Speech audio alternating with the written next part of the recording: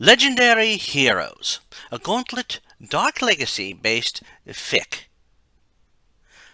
Chapter 5, Tiger Spider Burning Bright. Of the 8 realms, one of the most deceptive is the Forest Realm. Ever since the time of Scorn, the realm had hidden terrors in its majestic beauty. Only the elven people of that realm had found the secret of surviving them, by living in the area between the canopy of the trees and the treacherous forest floor. Ever since that kingdom had been developed, the elves fought off the forces of the spiders and the lizard men. Unfortunately for them, the worst of times had started years ago, when the queen of the realm proved to be as evil as the giant arachnids of the realm. Some wondered if she served the giant black widow that led the spiders, or if it was Queen Melaine that controlled the giant spider. Even the queen's sister, Tori, who headed the archers, was unsure, and it broke her heart to depose and exile her sister. Did not break her heart as much as the sight she saw now. From her vantage point, she saw the growing corruption on the floor. For years, the forest floor was becoming more swamp-like, which was perfect for the malicious lizard men. She knew the creatures weren't as vicious as they had been during the days of the demon Scorn, but as the corruption continued, she felt they would be. What she noticed now, however, was that the swamp was completely quiet. There were no signs of any of the lizard men. Even the small spiders that could be seen from the lowest levels of the community were nowhere to be seen. It was an odd sight, and it set off every nerve in her.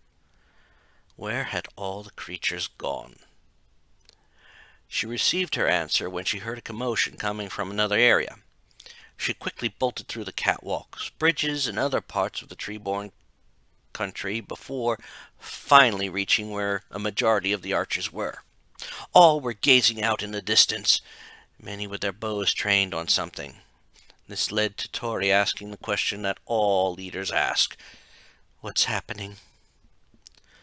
One of her troops didn't look at her, but answered the question. "Something is going on out there.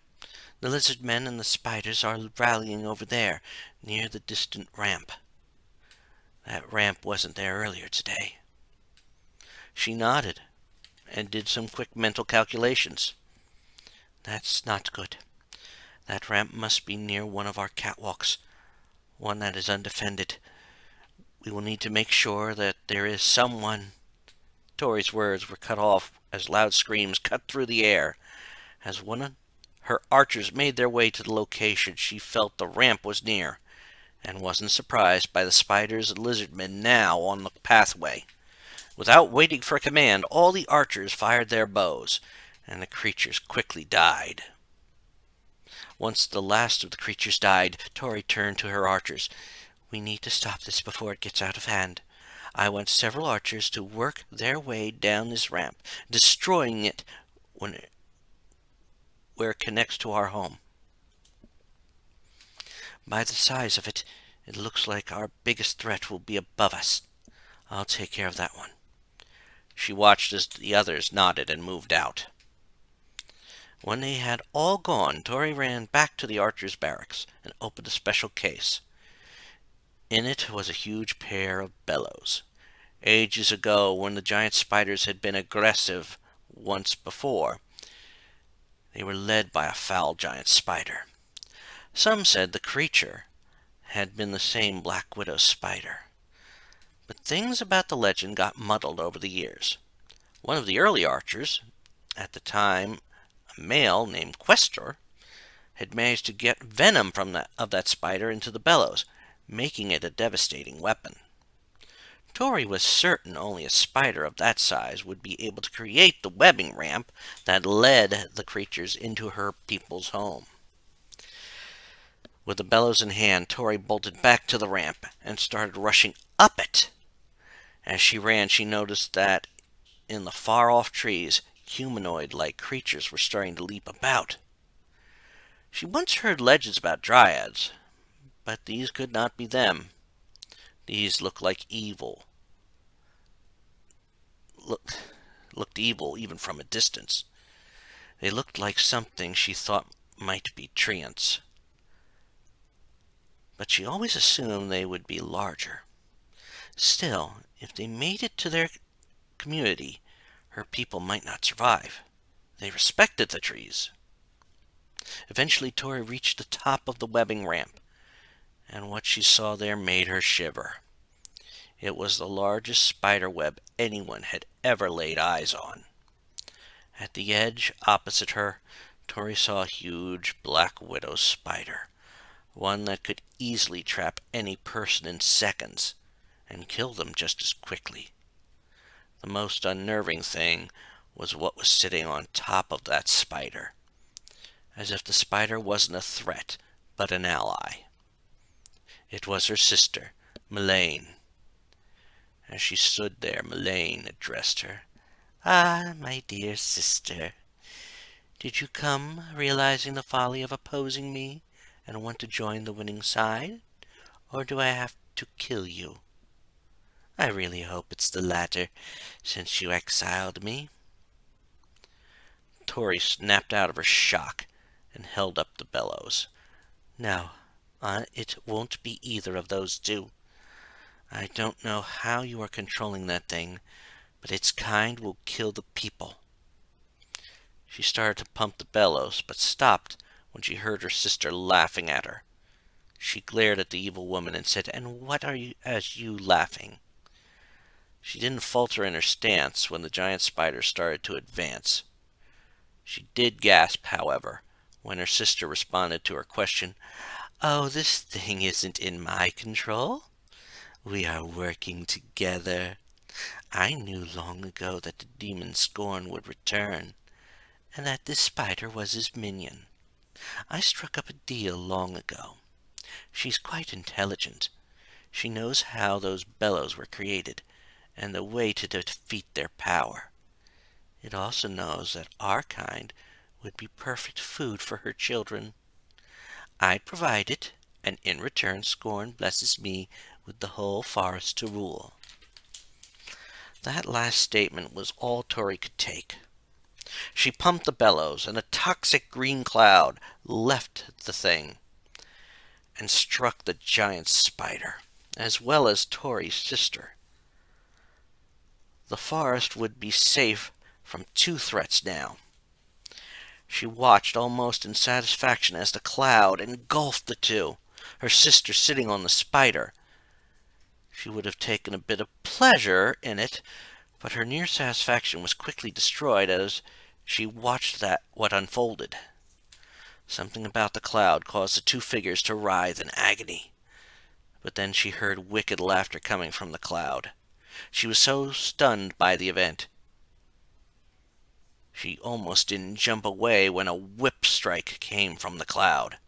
To her horror, the cloud didn't kill the two evil beings, but merged them into a new monster. "Oh, this is better, dear sister. You've truly created a spider queen."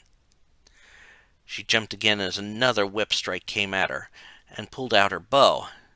It was awkward for a moment, but she moved with the speed of a tiger.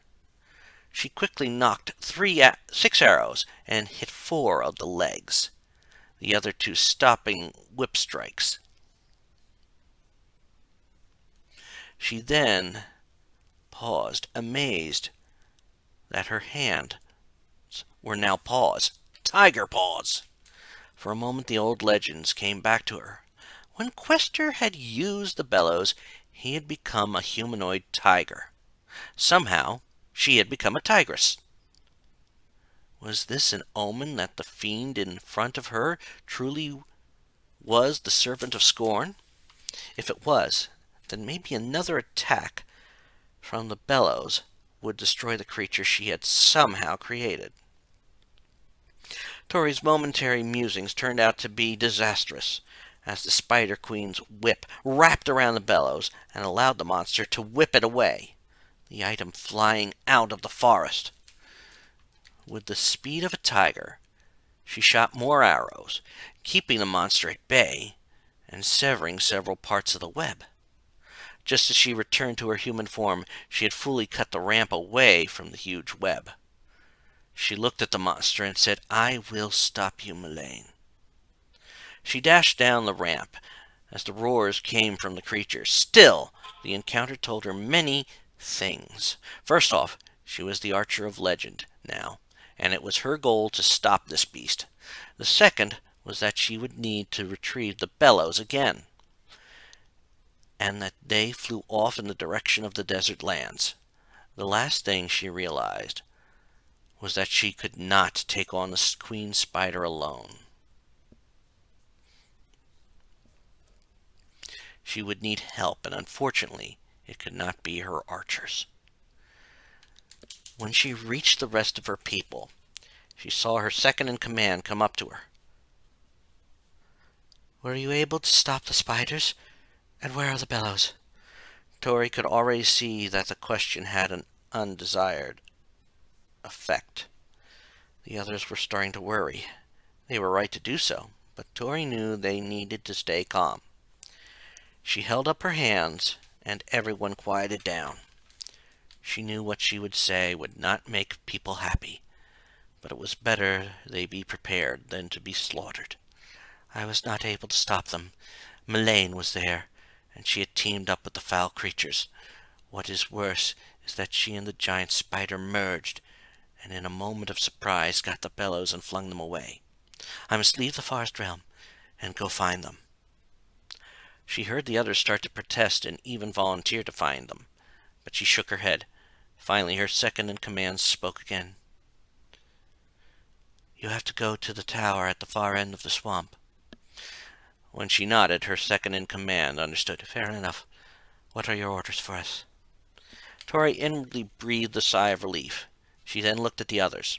"I want you to keep the creatures from getting at our home. Some should also get the people to safety. I don't know how long it will take, but our family and friends should be safe. This is the sign of dark times, and we don't need to be almost wiped out." The others nodded and started heading to their tasks. Once they were all gone, Tori started her long trek to the ethereal tower of Sumner. It was the oddest structure she had ever seen, even from a distance. It always looked like it was there, yet not there. Still, Sumner was legendary, a wizard who could fight the darkest evil, and he was what was needed now. It was possible the wizard could get the bellows back and even help her destroy the Spider Queen. She would hold her breath, though. She just made her way to the ethereal tower, hoping for the help she would need.